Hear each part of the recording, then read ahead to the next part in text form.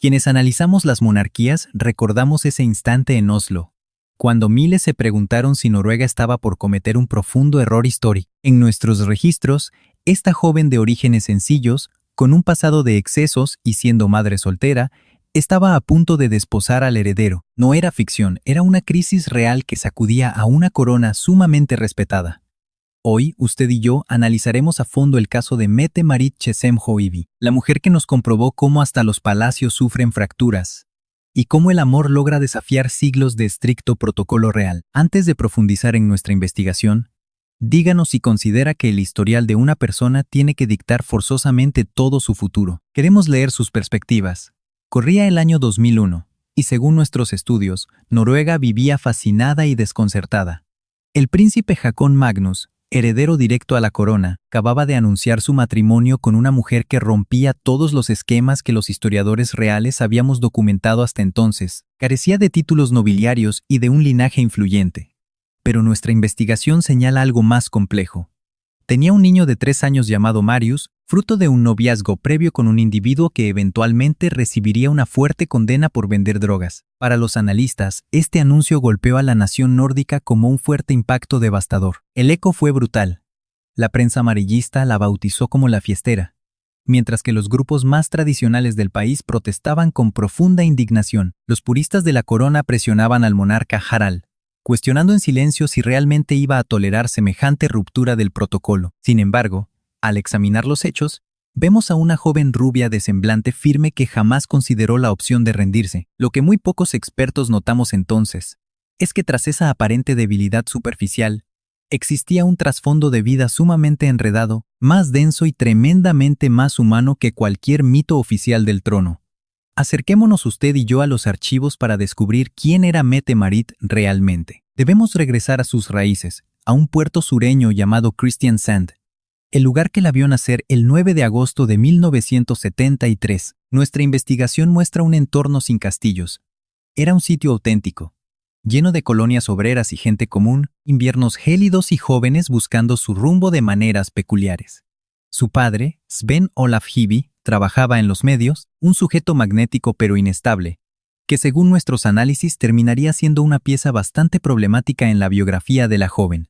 Su madre, Marit Tschessem, le heredó ese apellido doble que la futura princesa usaría como su mayor defensa y su condena. Los registros de su niñez no muestran ningún tipo de lujos, ni un hogar estable. El divorcio ocurrió cuando apenas era una niña, provocando heridas psicológicas que nosotros, al estudiar su perfil, vemos reflejadas en su adultez. Mette-Marit maduró en un ambiente totalmente ordinario. Asistía a clases diarias, salía con sus vecinos y vacacionaba como cualquiera. Sin embargo, en nuestras entrevistas, quienes convivieron con ella resaltan una característica específica y constante, un ímpetu asombroso, una urgencia por experimentar la vida que no nacía de la vanidad, sino de alguien convencido de que el tiempo apremiaba para lograr algo trascendente. Estudiando su adolescencia, notamos que esa misma energía la arrastró hacia decisiones que, tiempo después, ella misma admitiría abiertamente como graves equivocaciones. La vida nocturna escandinava de los 90 era sumamente eléctrica, pero a la vez muy hostil. Los eventos clandestinos de aquellas ciudades servían como laboratorio de libertades extremas. Y los expertos sabemos que Mette-Marit estuvo justo en el centro. Las diversas crónicas que recopilamos tiempo después, cuando su rostro acaparaba portadas junto al del príncipe heredero, detallaban a una mujer sumergida por completo en esa cultura de excesos, nunca como espectadora inocente, sino asumiendo posturas que irremediablemente le pesarían en su futuro. Aquellos tropiezos implicaron probar narcóticos dentro de círculos donde dichas sustancias, que arruinarían el destino de alguien muy íntimo, se manejaban con una facilidad totalmente perturbadora. Justo en ese abismo, ella conoció a Mortenborg, alguien que según los expedientes no tenía nada de noble. Se trataba de un individuo activo en la vida nocturna, con lazos directos hacia actividades que cruzaban constantemente las fronteras penales. Su vínculo sentimental ardió rápidamente, compartiendo ese caos que los biógrafos solemos encontrar en romances de juventud desorientada, dejando una marca que alteró su existencia para siempre. En 1998 llegó Marius Borg, un varón sano que heredó la mirada clara de su madre. Analizándolo objetivamente, ese parto funcionó como el salvavidas que la rescató y el inicio de una inmensa reestructuración personal que tomaría varios años. Aunque criar sola en tierras escandinavas no acarreaba un rechazo social tan severo como en otros países, representaba un reto gigantesco, especialmente al comprobar que el padre del menor era un sujeto que coqueteaba diariamente con la prisión. Oficialmente, Mortenborg enfrentó sentencias por distribución de cocaína. Un fallo judicial que generaría fuertes turbulencias mediáticas al vincularse su hijo con la realeza escandinava. Pero en nuestra cronología de aquellos días, vemos solo a una mamá buscando desesperadamente enderezar su brújula. Llegó a Oslo a estudiar y conseguir múltiples empleos para mantener a Marius. Y es justo aquí, preste atención, donde su historia da un giro hacia lo absolutamente impensable. En nuestros archivos, el príncipe Håkon Magnus representa la antítesis de Mortenborg, culto, mesurado, con impecables grados académicos y cargando esa gravedad inherente de quien es consciente, desde la cuna, que terminará asumiendo el peso total del Estado monárquico. Nuestras fuentes cercanas a Palacio lo describían como un heredero auténticamente fascinado por la calle, atraído por quienes existían muy lejos de los sofocantes muros de la monarquía. El histórico cruce ocurrió en el verano de 1999. Durante un evento musical en el puerto que la vio nacer. Ustedes y yo sabemos que, en la realeza, pocos encuentros son fortuitos, pero este no fue planeado. Ambos supieron enseguida que era algo distinto.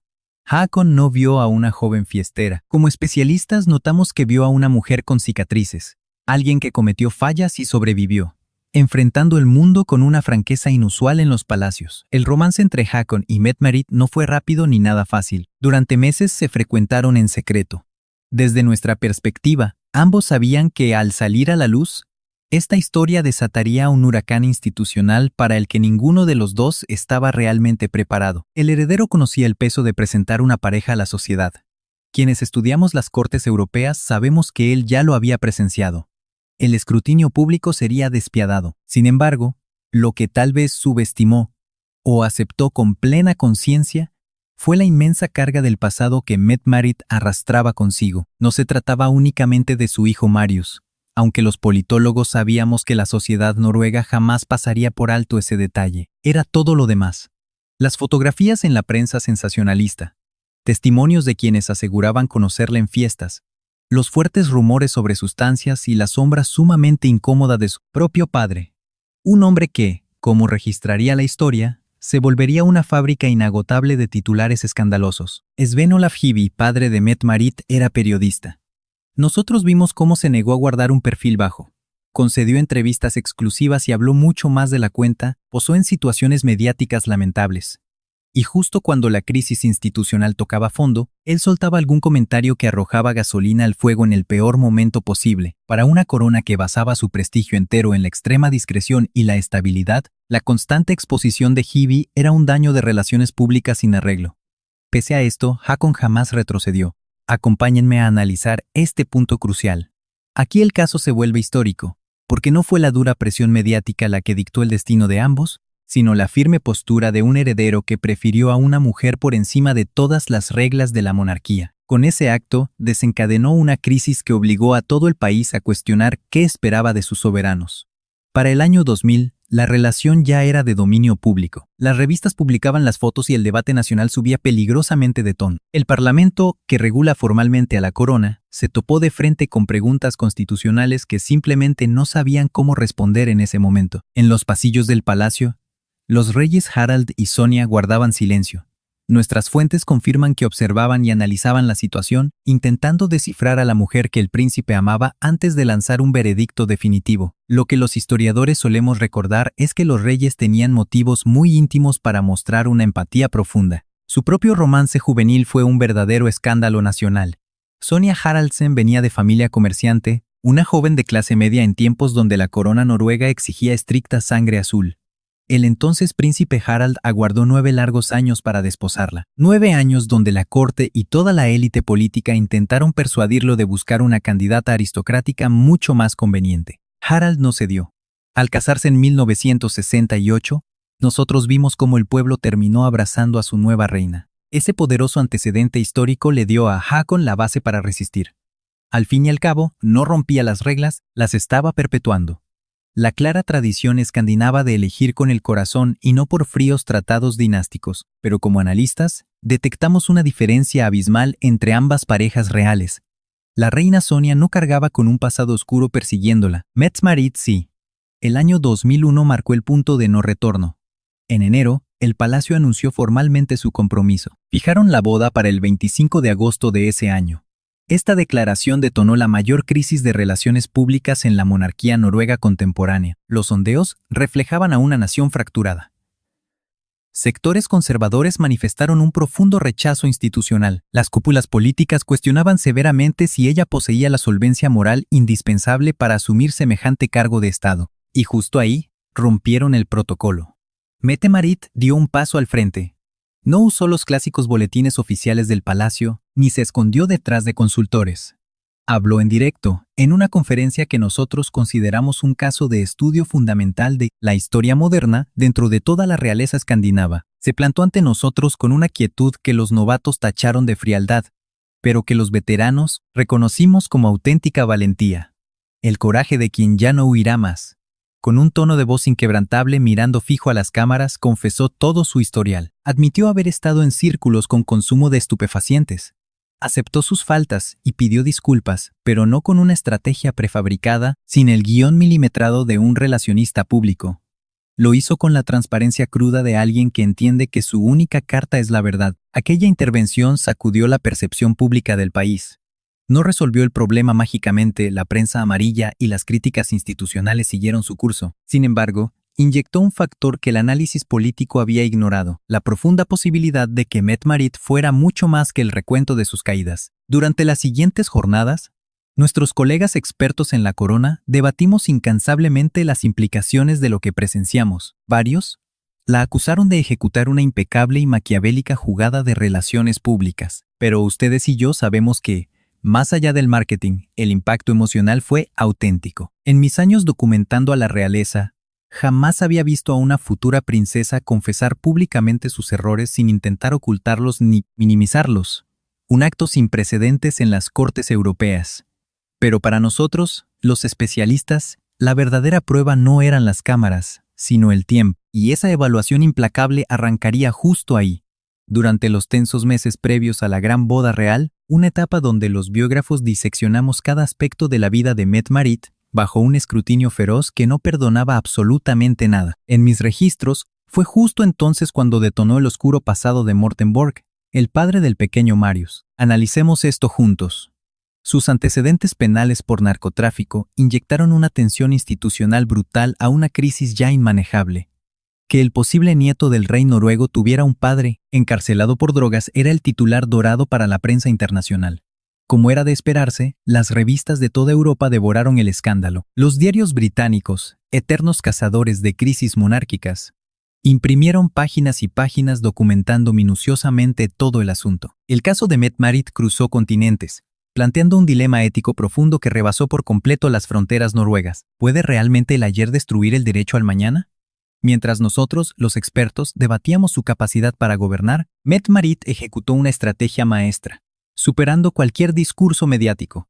Se dedicó a ganarse a la corona noruega desde adentro, con un temple, una reserva y una voluntad inquebrantable que nosotros, en nuestros análisis iniciales, jamás anticipamos. Mis fuentes confidenciales dentro del palacio siempre me confirmaron que la reina Sonia fue el pilar de esa transición. La monarca había sufrido en carne propia el dolor de ser etiquetada como indigna de un príncipe europeo y vio en Mette-Marit un reflejo de su propia lucha, yendo mucho más allá del protocolo estricto. Ambas plebeyas se vieron obligadas a conquistar un trono que las leyes dinásticas se negaban a entregarles automáticamente. Las dos soportaron el feroz tribunal de la opinión pública antes de siquiera poder demostrar su verdadero calibre histórico. Al investigar a fondo, noté que Marius, su primogénito, fue el engranaje maestro para consolidar esta dinastía. Ese pequeño, de apenas 3 años cuando el escrutinio mediático golpeó bruscamente la vida de su madre, fue acogido por el príncipe Haakon con una nobleza tan genuina que incluso mis colegas más escépticos quedaron desarmados. Haakon jamás forzó la figura de un padre sustituto.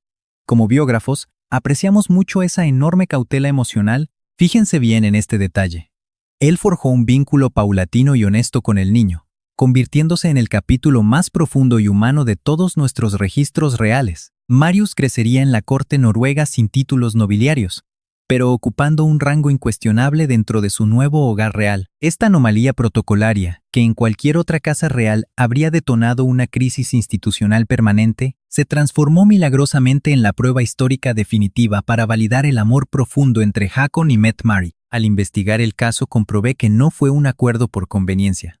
Fue una elección consciente de abrazar una vida compleja, aceptando sus cicatrices pasadas. Con el enlace matrimonial en puerta, se avecinaba un desafío institucional que ningún entrenamiento diplomático garantizaba superar con gracia. El pueblo noruego debía decidir si abriría su historia a una mujer sin estirpe, pero que misteriosamente parecía encajar perfecto en esa nueva era. Aquel 25 de agosto de 2001, registré cómo Oslo despertó totalmente iluminado, como si la monarquía hubiera disipado finalmente sus propias dudas. La imponente Catedral de Oslo, una joya arquitectónica que llevo estudiando por décadas como testigo de los ritos reales noruegos más sagrados, congregó un mar de flores, mandatarios de todo el mundo y miles de ciudadanos que aguardaron pacientemente para atestiguar este giro histórico en las calles. Mette-Marit irrumpió usando un diseño de Ove Harder-Fossen.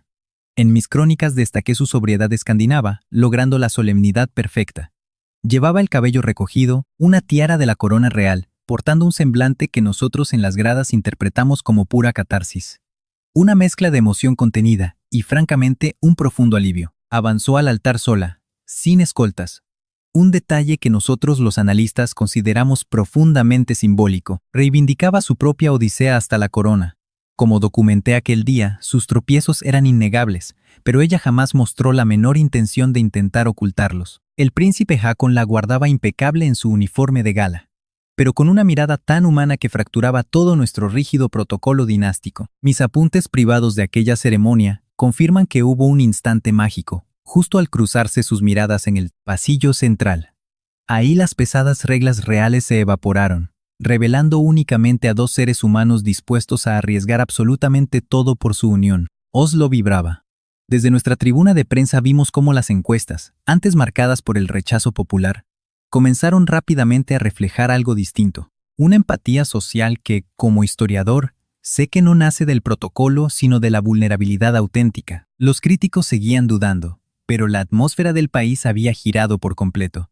Para nosotros, coronarse oficialmente como la princesa Mette-Marit no cerraba el libro, de hecho, nos abrió una caja de Pandora. Ustedes y yo sabemos perfectamente que una corona no borra los errores. Simplemente enfoca la crítica desde otra óptica. Ese primer semestre en la corte fue brutal. En nuestro círculo analizamos cada aparición de la consorte con una minuciosidad analítica que francamente rozaba la crueldad. Observábamos al milímetro. Su ropa, sus discursos, su trato popular. Debatíamos si lograba camuflarse como princesa o no. Para los historiadores, el trasfondo de tantas evaluaciones punitivas apuntaba siempre hacia la misma sospecha inquebrantable. Hoy analizaremos juntos si realmente fue un error. ¿Acaso el tiempo le daría la razón a sus críticos? Como especialistas notamos que Mette-Marit no respondió con discursos, sino con hechos. Empezó a liderar causas humanitarias complejas, enfocándose en la lucha contra el VIH y el SIDA, un tema sumamente tabú entonces. Al estudiar su caso, vemos que no fue una jugada de relaciones públicas. Se entregó con una convicción tan real que sorprendió a sus propios asesores. Elegir esa batalla en particular comunicaba su esencia de una manera que ningún boletín de prensa oficial habría logrado transmitir jamás. Registramos sus viajes a África. Se sentó con los afectados por esta pandemia en lugares donde el glamour no existía. Pasó tiempo con familias rotas por la pérdida de sus hijos y con madres que contagiaron el virus por ignorancia. Escuchó a comunidades enteras aplastadas por el estigma social. Fue ahí, lejos de los reflectores y los eventos de gala, donde su equipo más cercano descubrió a la persona detrás de la corona. Su entrega total hacia estas crisis tan duras dejó una marca innegable. Con los años, la prensa que alguna vez destrozó su imagen empezó a publicar columnas muy distintas, reportajes sobre una princesa que usaba su influencia con mucha madurez. Para nosotros los analistas, no fue un cambio mágico, fue el fruto de trabajar duro y en silencio durante años. Así es exactamente como se forja una reputación verdadera. Pero en gestión de crisis sabemos que el pasado siempre vuelve. Y regresó del modo más caótico posible a través de su propio padre. Sven Olaf Hivi fue durante mucho tiempo la fuente de los titulares más tensos para la corona noruega. No evaluamos que tuviera malas intenciones. sino que era alguien incapaz de entender que la nueva vida de su hija requería un nivel de discreción totalmente distinto al de antes. Daba entrevistas y soltaba comentarios sobre la realeza. Lo fotografiaban en escenarios que obligaban al equipo a emitir constantes aclaraciones. La prensa revivía viejos archivos, aquellas fotos juveniles y las polémicas fiestas de los 90. Desde nuestra perspectiva clínica, este ciclo se convirtió en una verdadera tortura para ella. Era imposible controlar a su padre. Intentar silenciarlo solo habría provocado escándalos mucho peores en los periódicos. Tampoco podía alejarlo frente al público sin proyectar una imagen fría y completamente malagradecida. Quienes estudiamos este caso sabemos que era una trampa perfecta. Sus allegados documentan el desgaste brutal que sufría intentando sostener esa postura impecable, mientras procesaba a puerta cerrada el impacto de cada nuevo escándalo de Hebe. Como era de esperarse, el vínculo entre ella y su padre se congeló progresivamente, creando una distancia enorme que, aunque nunca se confirmó en comunicados, era más que obvia para quienes auditábamos los movimientos del palacio. Ese era el costo oculto, el precio de arrastrar un hogar roto y tener que administrar ese dolor bajo la lupa implacable de la prensa internacional. Sin embargo, el año 2004 trajo un evento que reescribió por completo la narrativa pública sobre ella. El 19 de enero llegó al mundo Ingrid Alexandra, su primera hija con Håkon. Una bebé sana que, amparada por la reforma legal noruega de 1990, aseguraba el segundo lugar en la sucesión al trono, superando a cualquier hermano varón que llegara después. Nuestros registros históricos marcan que fue la primera mujer en Noruega en nacer con su lugar garantizado hacia la corona. La llegada de esta bebé alteró por completo cómo la opinión pública medía a Mette-Marit. Dejó de ser únicamente la joven del pasado turbulento para convertirse en la madre de la futura reina escandinava. Psicológicamente, en un país acostumbrado a reflejar sus valores históricos y esperanzas más profundas en su propia monarquía, este rol blindó su imagen contra las revistas de chismes. Las fotos de ella abrazando a la recién nacida inundaron la prensa europea. Notamos de inmediato un tono mucho más cálido y compasivo, muy distinto a la hostilidad pasada. Como expertos en imagen, vimos en esas fotos algo que los discursos no logran. Una presencia materna instintiva, nada ensayada ni fabricada para los medios. Simplemente real. Para febrero de 2006, el tablero se completó con la llegada de Sverre Magnus. El núcleo familiar estaba cerrado.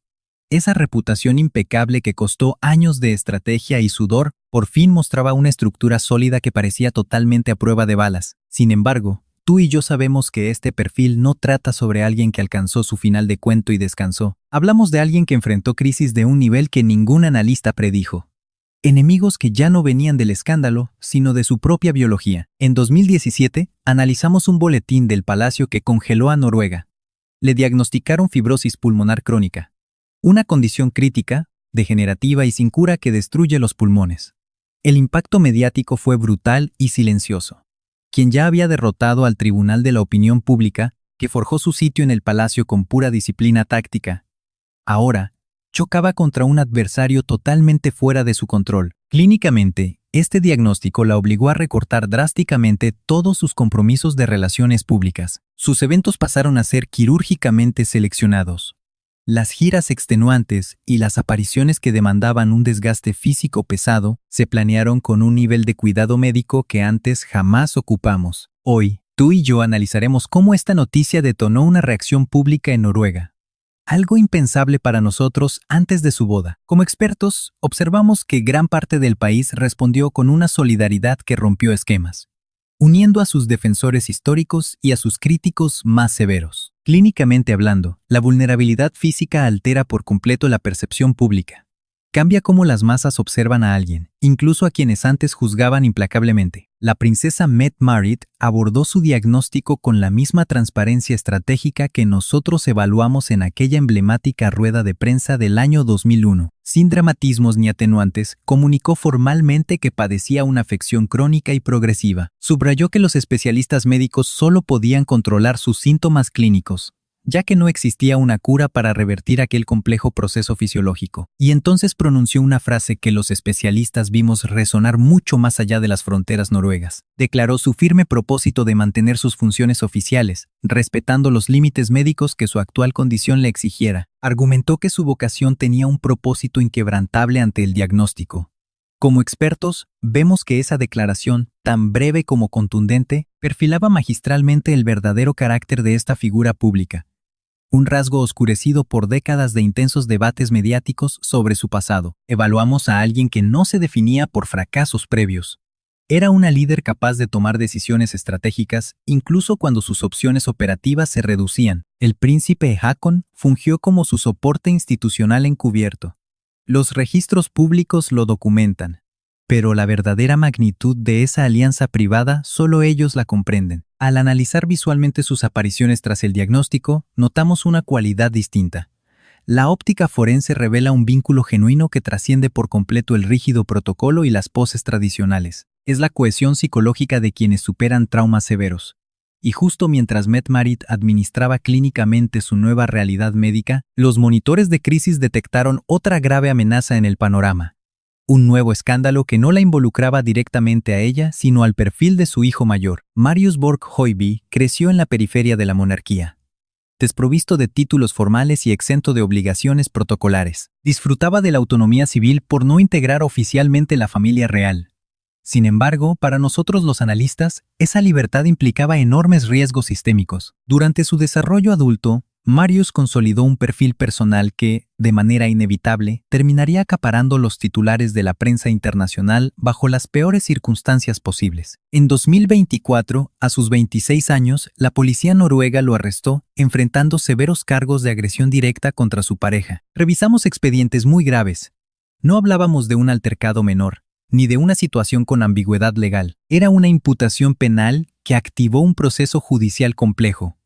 Todo el país lo monitoreó combinando profunda consternación sociológica y un reconocimiento bastante amargo. La comprobación clínica de que las crisis familiares no desaparecen por arte de magia, ni siquiera habitando un recinto palaciego. Detengámonos aquí. Ustedes y yo sabemos que este escenario materializó los peores temores psicológicos de Mette-Marit, el descendiente que ella intentó blindar mediáticamente, alejándolo a toda costa de controversias mientras estructuraba una nueva arquitectura de vida para ambos, protagonizaba una crisis de relaciones públicas imposible de mitigar con inmunidad monárquica. Representaba un retorno de sus fantasmas pasados con extrema literalidad. Ya no eran sus propias transgresiones, sino un eco intergeneracional.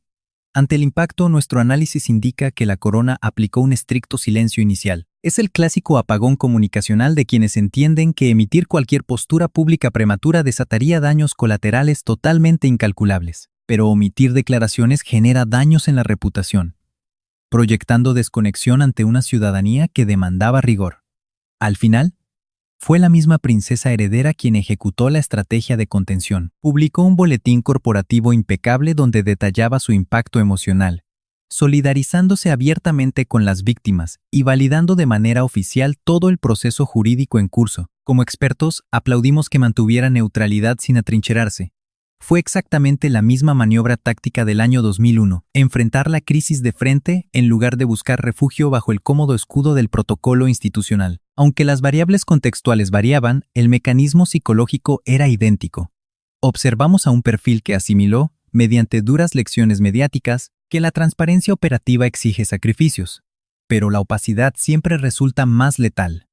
El expediente legal de Marius se prolongó por meses en los juzgados nórdicos. La evidencia forense que el litigio fue arrojando resultaba sumamente perturbadora para cualquier analista que estuviera monitoreando los hechos, pero destrozaba anímicamente a una madre consciente del inmenso peso de saber que una gran fracción del escrutinio público hacia el acusado estaba fusionado con las investigaciones mediáticas que ella misma soportó por décadas. Correlacionar su historial juvenil con este caso penal, analizando además aquel ecosistema dividido donde Marius maduró alternando la rigidez monárquica y la influencia de su padre biológico, hasta forjar su problemática personalidad actual, fue una línea de investigación que nuestros colegas noruegos diseccionaron con niveles de empatía muy contrastantes. Ciertos sectores forzaron vínculos causales, reduciendo torpemente una fenomenología conductual bastante enredada. Los especialistas más rigurosos advertimos que justificar crímenes adultos apoyándose únicamente en traumas infantiles equivale a una peligrosa evasión de la responsabilidad penal individual. Sin embargo, ningún experto se atrevería a refutar que la trayectoria de Mette-Marit y todo su entorno familiar continuaban funcionando como ustedes y yo lo notamos. Décadas tras aquel polémico compromiso oficial, Son el espejo donde Noruega entera sigue intentando descifrar el verdadero valor del perdón, las dinámicas de una segunda oportunidad y los límites reales de nuestra capacidad colectiva para procesar un trauma sin emitir juicios precipitados. Al auditar su biografía, comprobamos que la prensa sensacionalista eclipsa un factor determinante. Hablamos de su labor sistemática y discreta, la auténtica columna vertebral de su gestión como futura reina. Por más de 20 años, desafiando expedientes clínicos, graves crisis reputacionales de sus parientes y el hostigamiento sistemático de opositores que jamás validaron su posición, Mette-Marit consolidó un sólido currículum de lealtad institucional. Un rendimiento que, incluso nosotros los analistas más severos, terminamos reconociendo. Usted y yo examinaremos hoy cómo su profunda labor frente al VIH la convirtió en la voz real europea más activa. Revisamos sus bitácoras. Viajó por naciones africanas constantemente y lideró importantes foros internacionales. Pronunció discursos ante Naciones Unidas y debatió con líderes mundiales de ONU-SIDA. Para nosotros los investigadores no era una figura decorativa. Era una colaboradora preparada, exhibía un dominio técnico profundo y viajaba a zonas críticas, sabiendo perfectamente que la investidura de princesa generaría cambios totalmente tangibles. Como académicos, también documentamos su auténtica pasión literaria. En 2010, inauguró un proyecto llamado El Tren Literario. Este esfuerzo transportaba a escritores nacionales y extranjeros a lo largo del país sobre rieles, deteniéndose en poblados remotos para entregar cultura escrita a poblaciones que, según nuestros datos, casi nunca recibían este tipo de eventos. Para la crítica especializada, esta iniciativa fue el punto más brillante de su carrera y el más venerado por la esfera cultural noruega. Quienes perfilamos su vida vemos que, detrás de estas obras, había alguien aprovechando al máximo la segunda oportunidad que recibió, alcanzando logros que superaban ampliamente incluso las proyecciones más optimistas que sus defensores iniciales llegaron a calcular. Nuestro análisis confirma que no solo resistió la presión mediática. Encontró en ese entorno inusual, dentro de un palacio escandinavo, una vocación de servicio que emanaba directamente de su esencia más pura. Con los años, el vínculo de Noruega con ella evolucionó de una forma que solo nosotros, los historiadores, podemos medir correctamente. Los jóvenes que crecieron consumiendo los escándalos de 2001 maduraron, y en nuestros estudios demográficos notamos cómo sustituyeron la crítica severa por un profundo respeto. Un respeto ganado con esfuerzo puro, jamás por decreto. Los sondeos demográficos de la corona noruega que evaluamos periódicamente confirmaban sin lugar a dudas que ella ya era una figura muy respetada, quizá no lideraba nuestras encuestas todos los años, pero sus métricas de aprobación mostraron un crecimiento ininterrumpido desde aquella profunda crisis de su compromiso. Observemos esto juntos. Es el tipo de evolución estadística que destruye los argumentos básicos tanto de sus detractores como de sus fanáticos. Evidentemente, documentamos sectores que jamás perdonaron. Sacaban a relucir su oscuro historial mediático siempre que la oportunidad surgía. Esos grupos interpretaban cualquier mínimo tropiezo familiar como la prueba absoluta de que sus pronósticos iniciales siempre tuvieron razón. Pero también rastreamos a quienes partieron desde el rechazo total, y tras décadas de monitorear su conducta, construyeron una empatía sincera. Lo que ambos bandos compartían, aunque no lo admitieran abiertamente, era que ella obligó a Noruega a enfrentar debates culturales urgentes. Como especialistas, documentamos cómo detonó discusiones muy profundas sobre el perdón, sobre la redención colectiva, o si el estrato social y el linaje dictan quién aspira a ciertos roles, obligándonos a cuestionar qué significa ser apto para gobernar, especialmente cuando los estándares de moralidad fluctúan dependiendo del investigador que los aplique y del contexto histórico. Esos debates sociológicos no terminaron tras su boda, ni con su maternidad, ni tras su diagnóstico médico. Se mantuvieron vivos, punzantes, alimentados constantemente por cada fase de una trayectoria monárquica que, según nuestros registros, aún sigue escribiéndose. Al recopilar testimonios de diversas fuentes, los investigadores detectamos un rasgo psicológico muy consistente en ella, una cualidad clave que explica a la perfección cómo logró soportar una presión tan aplastante durante tantas décadas. No es la característica que suele vender en las exclusivas de televisión, ni el ángulo superficial que los fotógrafos captan durante los eventos de la corona. Hablamos de una empatía clínica hacia el prójimo. Posee una habilidad extraordinaria para anclarse por completo dentro de cualquier diálogo, escucha activamente sin anticipar una respuesta programada. Es un patrón de conducta que los líderes humanitarios nos reportan con extrema frecuencia en sus informes. Dicha agudeza emocional no tiene absolutamente nada de ingenua, es un mecanismo de supervivencia desarrollado por quienes aprenden a escanear su entorno con altísima precisión, pues saben que el precio del fracaso social es simplemente letal. Es el nivel de alerta psicológica propio de alguien que cruzó barreras socioeconómicas extremas, forzada a proyectar autenticidad en esferas opuestas sin jamás fracturar su propia identidad. Los especialistas que operaron junto a ella en diversas zonas de África y en otras misiones globales nos relatan el caso de una monarca que jamás dependía de discursos prefabricados ni sonrisas ensayadas. Al contrario, formulaba interrogantes crudos, se permitía mostrar angustia ante diagnósticos severos, y nunca intentó evadir las variables más complejas. Estudiando su caso, en un sector donde la asistencia real a foros caritativos suele ser una simple estrategia de relaciones públicas, esta actitud poseía un peso táctico que las organizaciones aplaudían. Sociológicamente, fue la refutación perfecta para aquellos teóricos de 2001 que aseguraban que alguien con sus antecedentes jamás lograría representar el prestigio noruego en el extranjero. Su defensa no usó declaraciones mediáticas. Empleó décadas de presencia diplomática y sobre todo el único factor psicológico imposible de falsificar con el tiempo: una coherencia absoluta. Mientras ambos herederos avanzaban hacia ese momento crítico de asumir la corona de Noruega, vimos cómo la inevitable marcha del reloj histórico acercaba su reinado de forma metódica. El cuestionamiento central que documentamos al principio de su biografía mutó radicalmente hacia una incógnita completamente nueva. La duda sobre su capacidad como princesa quedó atrás. Nuestro consenso es que esa etapa se resolvió, aunque quizá no para los sectores más duros, pero sí con una solidez abrumadora que apagó las polémicas en los medios. El nuevo objeto de estudio pasó a ser: ¿qué clase de reina veremos? Para usted y para mí, esta incógnita es fascinante. Inaugura un panorama dinástico que sencillamente no tiene paralelos históricos. Noruega será gobernada por una figura cuyo expediente de vida rompe los moldes de cualquier líder coronado en el pasado, alguien que experimentó la dura exclusión social muchísimo antes de dominar el protocolo oficial, que había criado a un hijo sola antes de educar herederos en un palacio, admitiendo públicamente sus errores cuando, según nuestros análisis, la sinceridad no era la estrategia pública más conveniente, que enfrentaba una enfermedad crónica grave, sin saber con exactitud qué le depararía su propio futuro médico. Si examinamos esto juntos, todo ello configura una experiencia vital que muy pocos monarcas en la historia europea poseen, y aunque la monarquía como institución es, por definición académica, profundamente conservadora y resistente al cambio, observamos en la particular historia de Mette-Marit evidencias de que su reinado, cuando llegue, tendrá una textura estructuralmente distinta, no necesariamente mejor ni peor que la de sus predecesores históricos.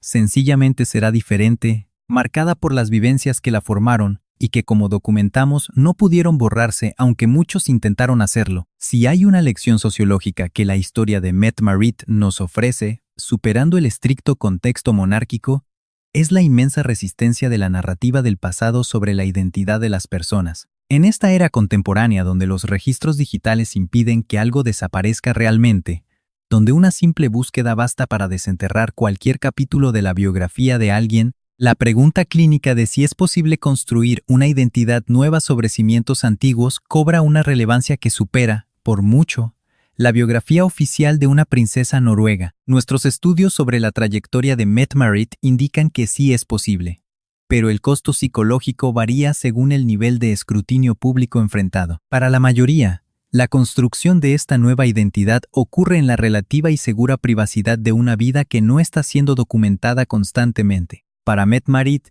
esta delicada transición sucedió bajo los implacables reflectores de la prensa internacional, con sus errores previos siendo catalogados meticulosamente y citados cada vez que un nuevo episodio mediático lo justificaba. Y sin embargo, si lo analizamos con cuidado, ella lo logró. No de forma perfecta, no sin altísimos costos emocionales ni sin momentos de quiebre absoluto por el pasado, pero lo consiguió. La mujer que en 2001 catalogábamos como la joven fiestera que jamás debería casarse con el príncipe heredero era, 2 décadas después, una de las figuras institucionales más sólidas y profundamente admiradas dentro de toda la familia real noruega. Para un historiador, eso no borra sus errores ni justifica decisiones dañinas. Tampoco convierte este caso en un cuento de hadas limpio con un final perfectamente feliz, porque la historia documentada jamás funciona así.